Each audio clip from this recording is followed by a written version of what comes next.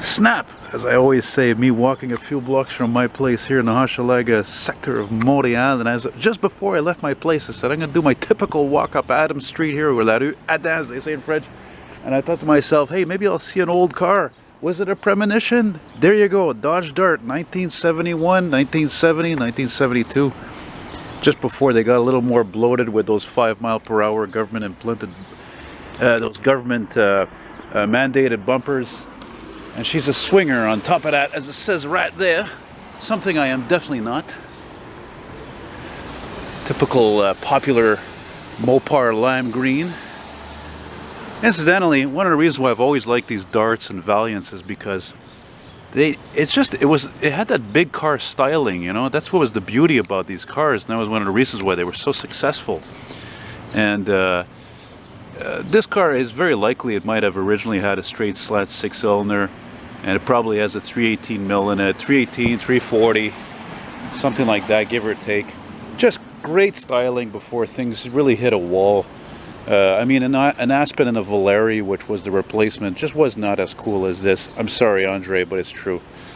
Actually, it's funny because the plate says 73, and that would be kind of weird if it was a 73. But anyway, another thing I love is the shape of the rear windows of these cars. You know, I mean, even if there wasn't a muscle car, even if this car still has a 6-cylinder, it doesn't matter. It's the styling. They'll never make this stuff again. It's amazing.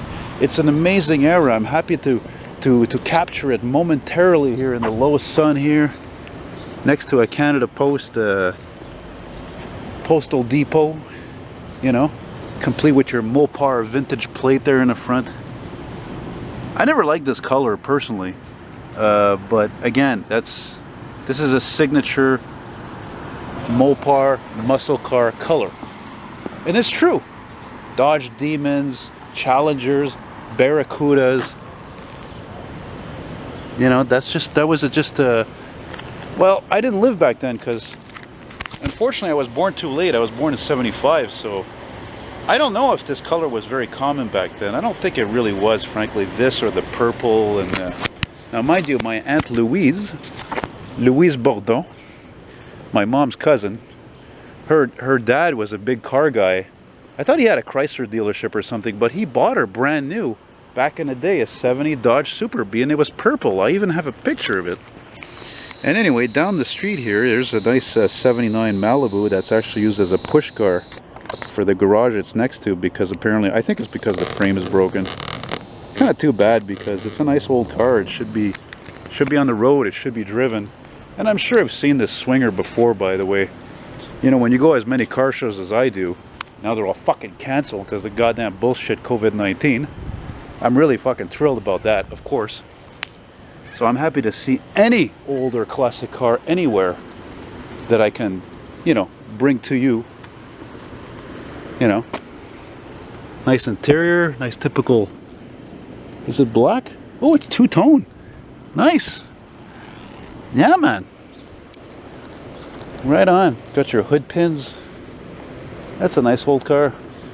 You know, that's one of the reasons why I moved down here in Hochelaga, like so many sectors of Montreal or any old city, is that there's the charm of all these old buildings, you know. So when you see an old car with these buildings, it adds to the charm of it all, you know. Because frankly, all these fucking modern, boring, shitty, cheap fucking plasticized cars, they're all insulting to these old buildings. Ils sont insultants. Because they'll never make them this great again, with all their grooves and details and smells and sound and chrome and the simplicity of those engines alone is amazing. It's astounding. Actually, you know what, come to think of it, it's funny to see this car right now, because I can't help think of my friend Scott in Edmonton at his channel, his YouTube channel called Cold War Motors, and he's a Mopar fanatic. I just watched his fucking latest video, and he pulled a fucking slant 6-cylinder out of a piece of shit 78 Dodge Monaco into another piece of shit 67 Fury. Go figure. Well, there you go, guys. I hope you like that, and I'm going to keep on rocking in the free world, as Neil Young would say. And as you can see how I'm dressed, I try to keep it as old school as I can.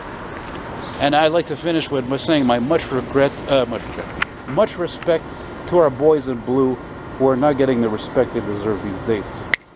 Thank you very much. Thanks for watching. Adios. See you later, swinger.